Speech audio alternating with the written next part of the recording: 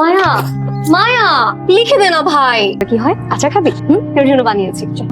আজকে আমরা পড়বো the village blacksmith by Henry Wadsworth Longfellow. আমি বলবো তোমরা এক লাইন রিপিট করবা, পারবা?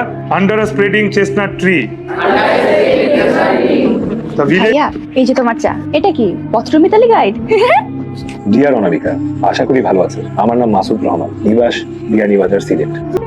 প্রিয় অনামিকা, আশা করি ভালো আছেন। আমার নাম মাসুদ রহমান, নিবাস বিয়ানীবাজার, সিলেট। পেশা স্কুলের ইংরেজি শিক্ষক। পত্রমিতালি গাইডে আরো অনেক ঠিকানার মধ্যে আপনার ঠিকানাটাও দেখলাম। আপনার নামটা আমার খুব ভালো লেগেছে।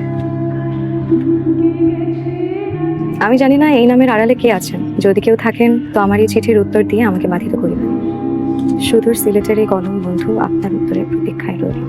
ইতি মাসুদ রহমান। বলেছিলাম না আসবে।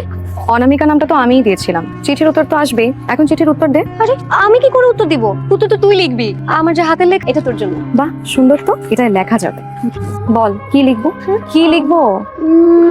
লেখ। ইংরেজি টিচাররা তো খুব খটমটে হয়। অনামিকা নামের আড়ালে আমি একজন নারী। আমার নাম সুমাইয়া আক্তার ওরফে লতা। আমার নিবাস রাজশাহী। আমি ইন্টারমিডিয়েটে পড়ি। আমি আপনার চাইতে বয়সে ছোট, তবুও আপনি আমার কলম বন্ধু হতে আগ্রহী জেনে খুব ভালো লেগেছে। বাবা, তুই তো খুব সাহিত্য লিখতে পারিস। খুব সুন্দর হয়েছে। লিখ, আরো লিখ। ওয়ালাইকুম সালাম। স্যার, আপনার সিটি স্যার। ধন্যবাদ। আসি স্যার। লতা।